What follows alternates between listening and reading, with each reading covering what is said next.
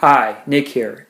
Today we're going to work on learning third shapes on the first and second strings in open G tuning.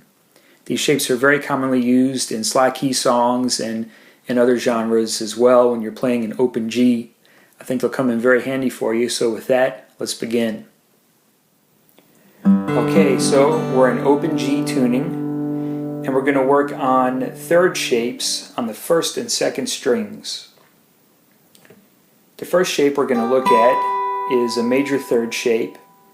This is going to be second string at the 8th fret with our first finger, and first string at the 9th fret with our second finger. So we're just using these two fingers for now, but later on be aware that you can change them around depending on what kind of run you're playing and what's convenient for you to use finger-wise. But for now, we can just look at it this way with these two fingers. That's major third. This is a minor third shape, and that's going to be the first finger barring the first and second strings at the same fret, in this case the 7th fret. And again, later on, if you want to use a different finger for that, that's okay, but for now you can just use the first finger. So those are the two shapes, major third and minor third. And these are actually two of the shapes we're going to work with, these two ones here.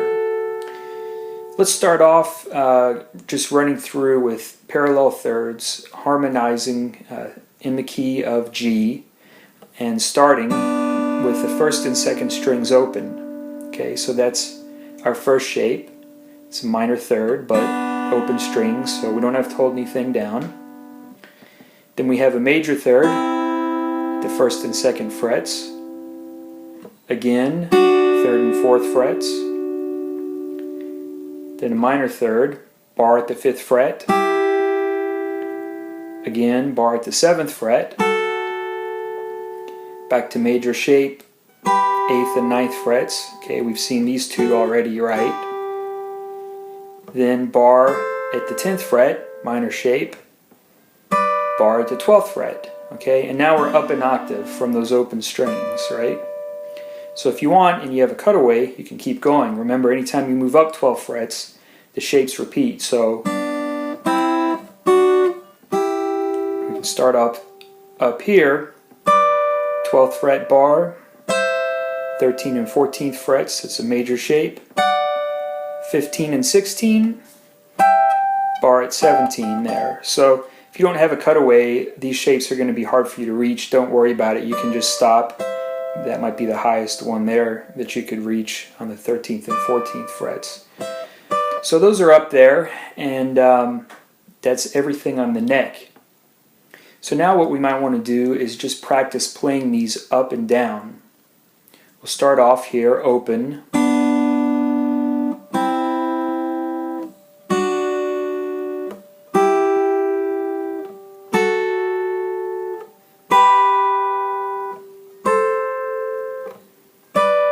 Maybe go up to this one. If you want, you can keep going, but we'll stop here for now, and then we'll work our way back down. So 13 and 14, bar at 12, bar at 10, keep working our way down.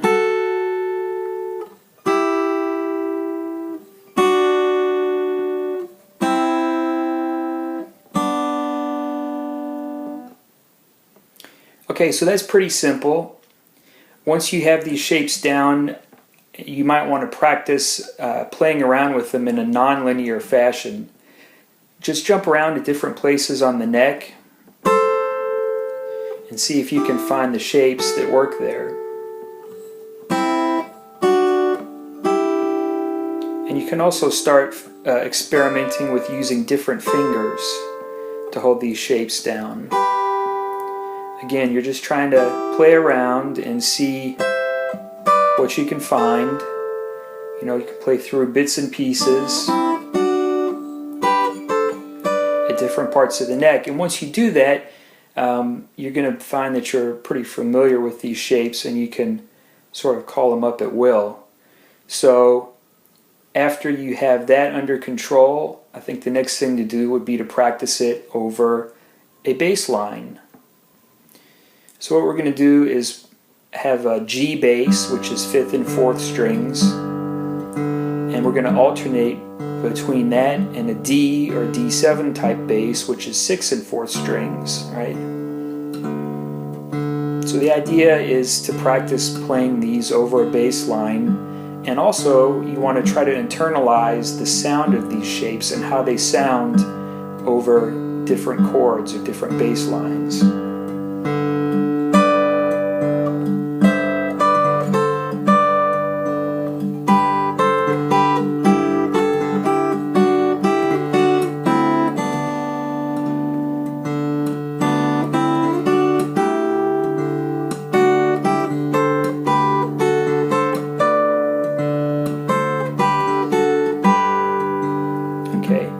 And again, I was just fooling around there and experimenting. You want to try to see what sounds good to you.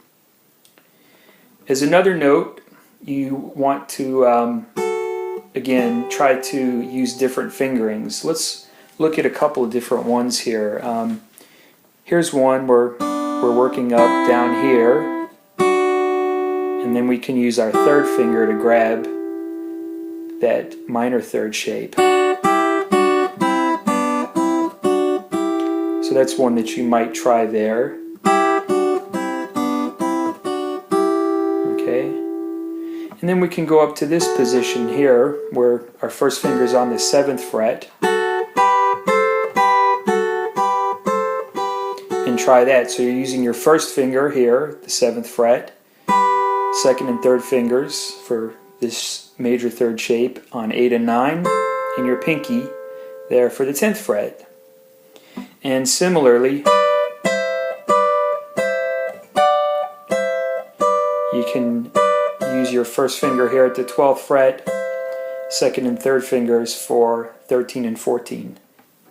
Okay, so we've worked through these major and minor thirds here. We started off just looking at the shapes, and then we played through the key of G using parallel thirds, working our way up the neck, at least as far as we can go, depending on whether you have a cutaway or not.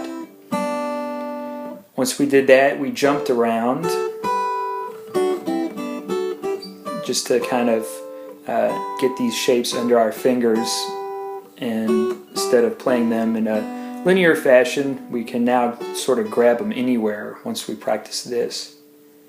And then we play them over the top of a bass line to internalize how they sound, and also to practice, playing them as we will in a slack key song.